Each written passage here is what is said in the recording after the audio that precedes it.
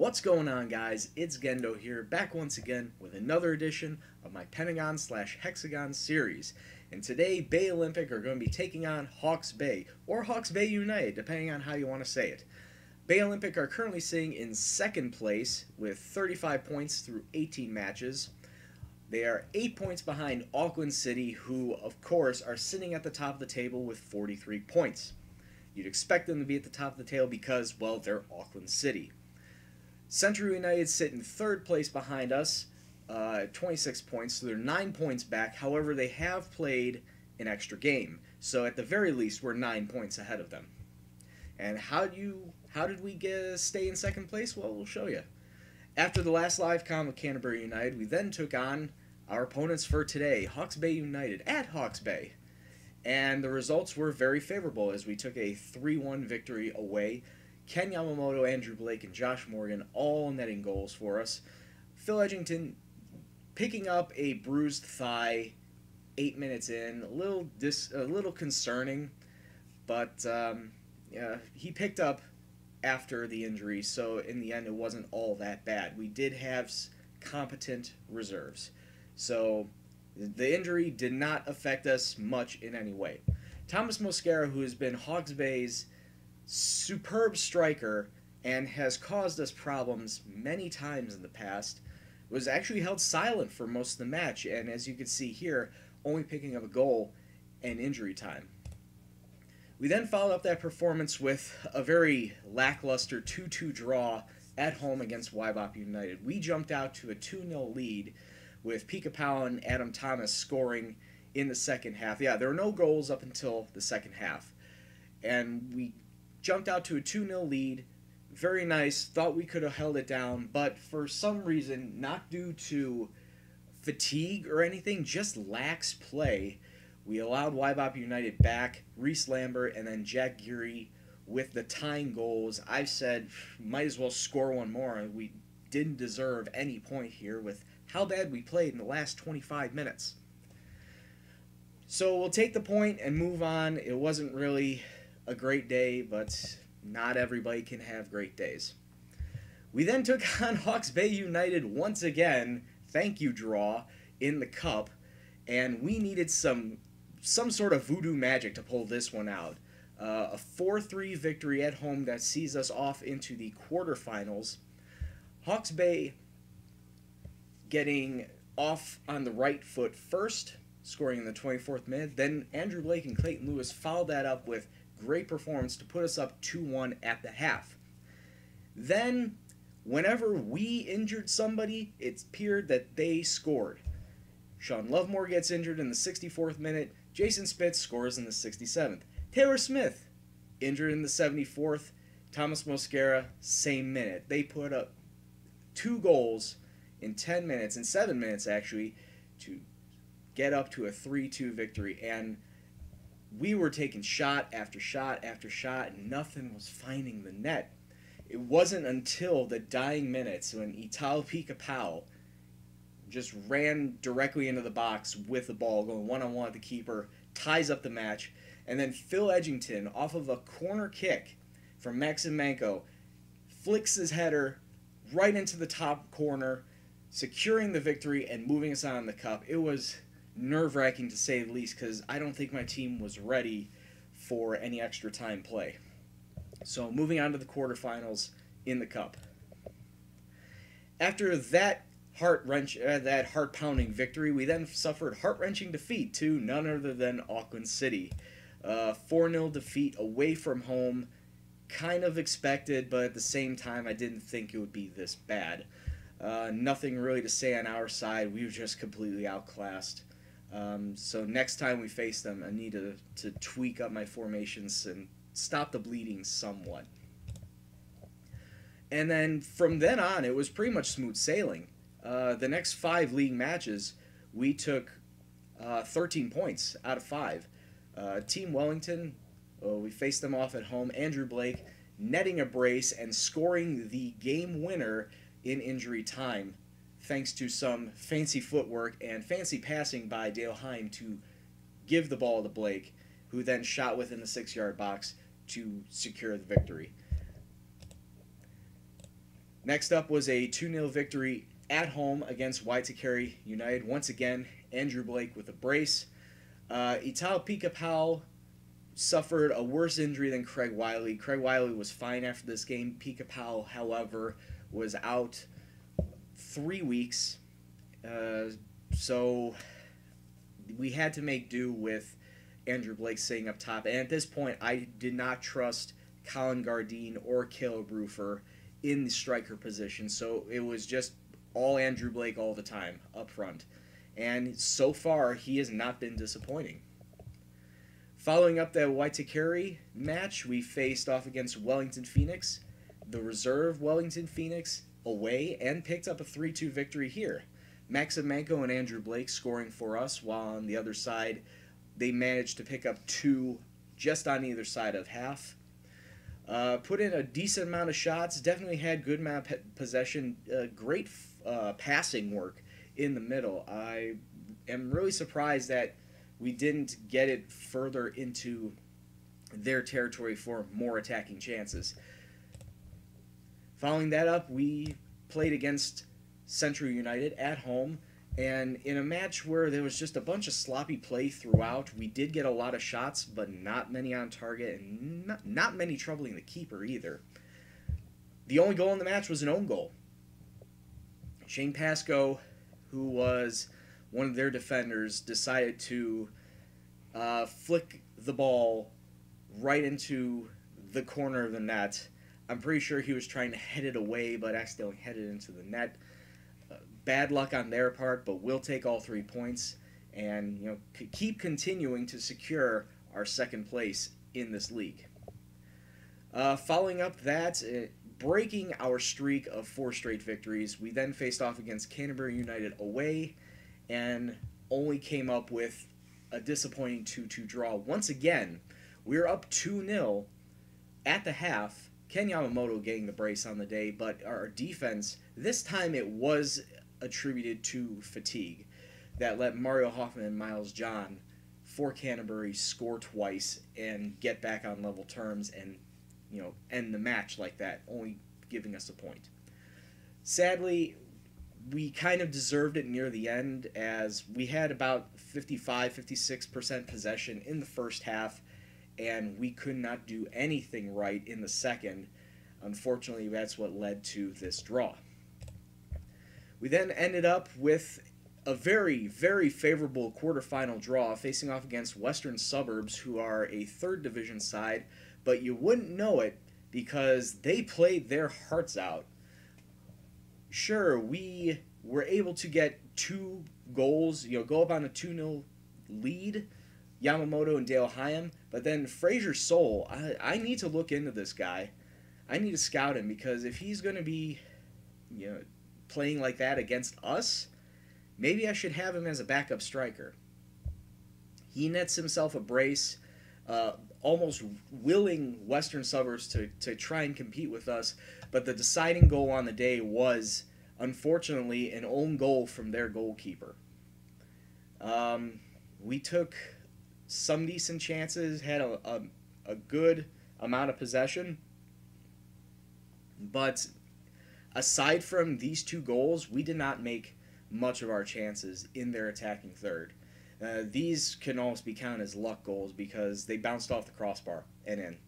So next time out, I really want to try and limit the amount of chances they're taking, as well as, I'm telling these guys to work the ball into the box.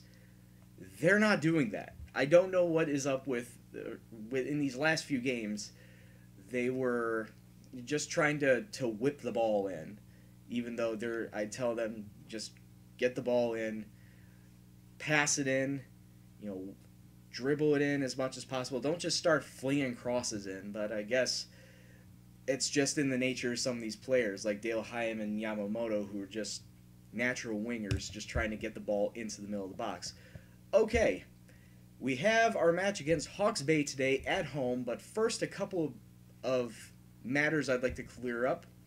Since we are now semi-pro, we do have a good number of non-contract players, 8 in fact, that have decided to forego their contracts forego actually a paying contract and work non-contract only, being paid per game. And I was really happy that some of these people have decided to forego an annual wage and be paid per game, because that helps the club out. It helps the finances out a lot. But at the same time, there are players that didn't like the semi-pro status and will be leaving at the end of this season. Unfortunately, one of those players is going to be Maximenko. Maximenko, Caleb Rufer, and Adam Thomas are all going to be leaving at the end of the season. I really hoped that the turning semi-pro would have, forced them to take a lesser contract. I didn't expect them to go all the way non-contract, but at least stay with the club for what they've done. But they decided that our club wasn't worth it anymore. So, oh well, I'll just try and build around it next season. Outside of that, we did make a couple of transfers out and in.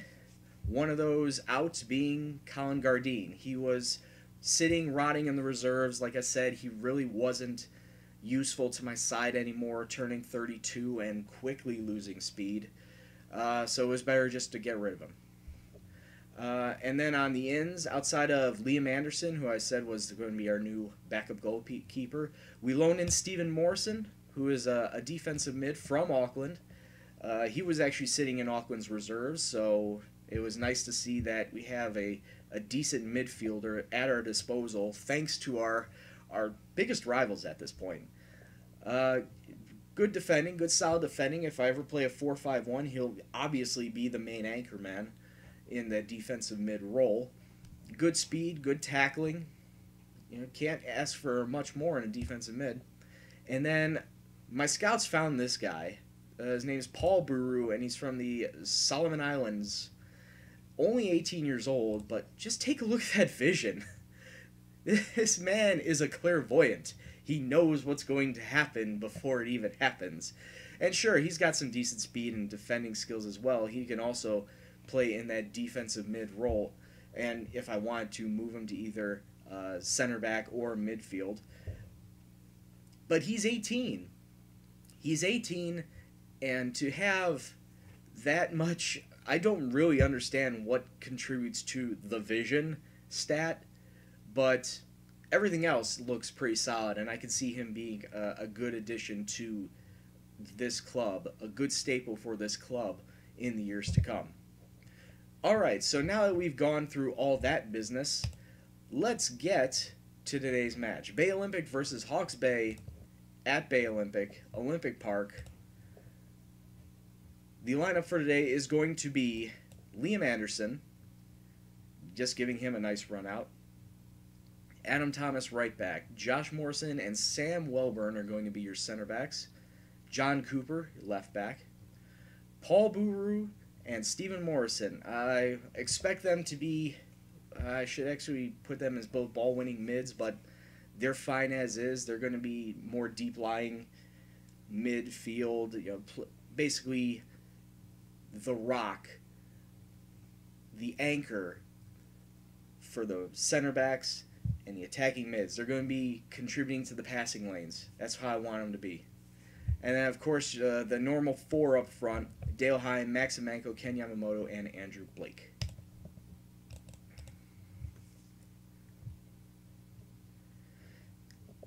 And the papers today say that Bay Olympic have too much quality for Hawke's Bay, and it should be a comfortable win for them. You know what? I keep saying it all the time. I tend to agree with you. And it will certainly secure even further a second place. Oh, and apparently Thomas Mosquera is out for Hawke's Bay. That's a real blow to their side, because he's a decent striker, decent to good striker for them. And like I said before, they have caused several problems for us in the past, having him sit up front. Hopefully we can take out Tim Pierce, who is his replacement. And we are favorites for a reason, so show me what you can do, and maybe when we get more money, I'll give you a raise. So here we go. Bay Olympic in the green, Hawke's Bay in the blue. And already giving their back line a little pressure. John Morrison with the throw in, and that's probably going to be the end of that highlight. Oh, no, it's still going. Morrison, Manko. Ooh, getting it around. Blake up front, taking a shot. Oh, off the rebound. Oh, almost a quick goal in the first minute. And Hawke's Bay heads it out. And they start taking it up the field. Uh-oh. There's Pierce, like I was saying. Oh, good tackle by Boo. And now they continue their highlight. What is going on? Come on. Manko. Passing around the back. Trying to find space. Deep ball forward to Manko. Blake, can you find anyone? To Hyam. Oh, shoots it over the bar. Long free kick for Hawke's Bay. Into the box. Oh, good save by Anderson. I don't know why the camera angle's stuck out there, but corner kick in. Uh-oh. Oh, no! That was off a header. That was off a header from 15 yards out. How did Anderson not catch any of that? Manko with a free kick. Shoots it over the bar. All right, boys. Encourage you. We down 1-0 early. Morrison whipping in the corner. Wide. We getting our throw in deep in their territory. Morrison to Morrison. The Morrison connection. Yamamoto. Oh, what a save. What, keeper couldn't spill that one? Manko was sitting right there to pick it up if he would have bounced it. Brewer to Morrison. Dale Hyam coming up the right wing. Hyam whips it in, and that's a goal. Or is it offside? Nope. Count it. Andrew Blake, 1-1 in the 22nd minute.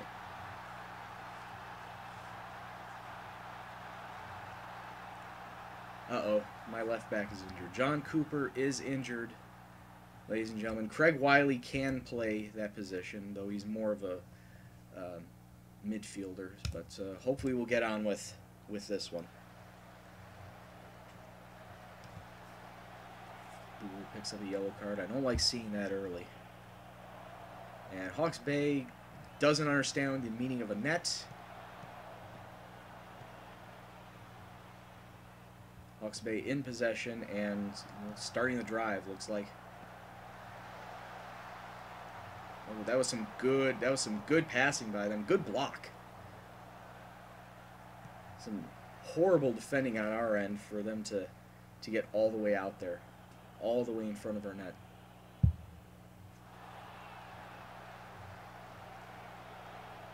Free kick for Manko.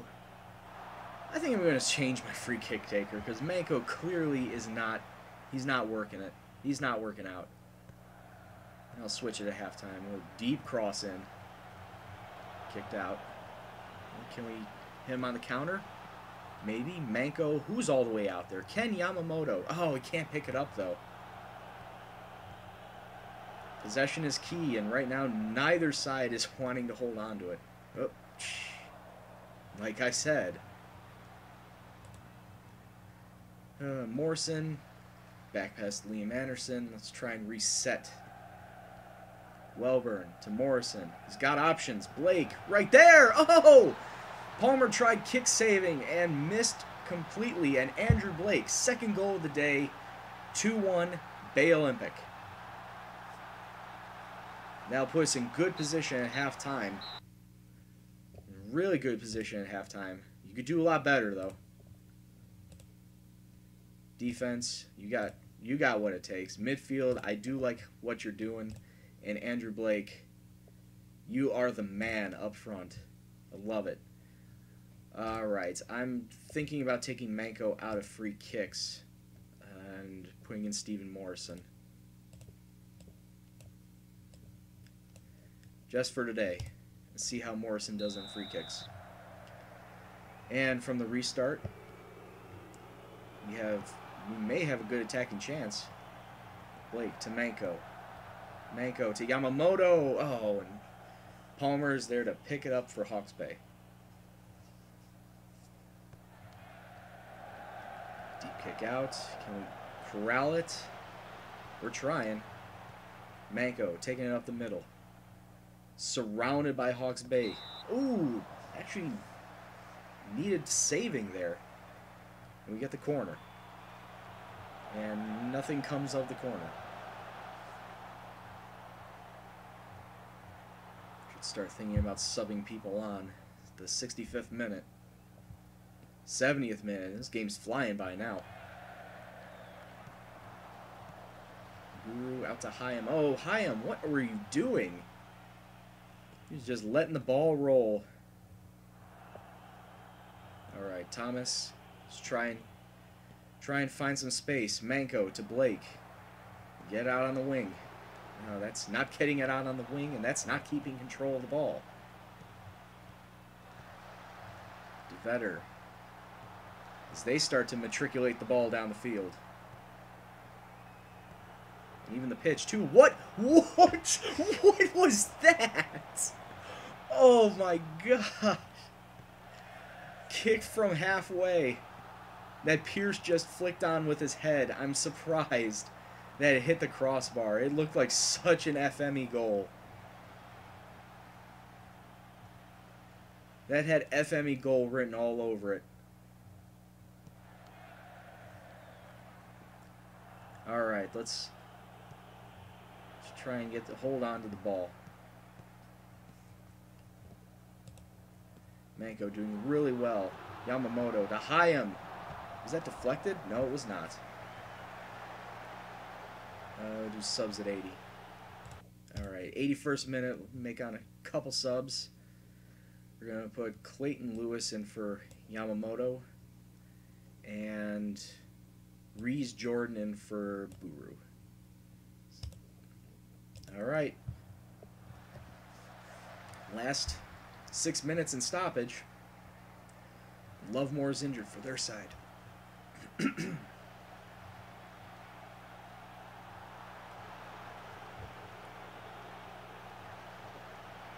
A lot more cards being handed out in these last few minutes. 3 minutes of stoppage left. Oh, and there's a highlight before. There's a highlight with 2 minutes of stoppage left to go. We have the ball, yes, but it all could change rather drastically. Wiley to Lewis. Lewis into Blake. Oh, can't find anybody. What am I doing? Drop everyone. Drop everyone back. Play control. I'm surprised I didn't do this earlier. They're trying to throw the ball forward and see what happens. Guys, clear it. Guys. Uh-oh. I have no idea what we were thinking there. Uh-oh. 30 seconds left, and they get a free corner. All right, Dale Hyam clears it. There you go. Head to Blake. Just throw it into the corner and just run out the clock. This will be a victory, if not a very nerve-wracking victory, but 3 points are 3 points. I don't care if you're offside at this point. And that's the match. 2-1 at home, Bay Olympic over Hawke's Bay. It's a good win for us, as it helps solidify our position even more. Still 8 points back behind Auckland, but now we are 11 points above Central. So good job, guys. And where do we go from here? As you see the rest of the scores around the league. You can pause and take a look at that. Where do we go from here? Well, we have a cup match against Auckland City in the semifinals. And I know I've said before that I don't really rate the cup match, but this could be a precursor to how the Champions League is going to go down. There's an extremely good chance that we are going to win our Champions League group. There's also a really good chance that we could face Auckland City. Now, I think that the next live comm is going to be right here, this cup semifinal against Auckland City, because there's always that possibility. So we're going to do the cup semifinal at home against Auckland City, and then the following live comm, we're going right into the Champions League. So, I'd like to thank you all for watching this video. If you like what you saw, please hit the like button. If you would like to be updated for any future videos, please hit the subscribe button. Until then, this is Gendo, signing out. Peace.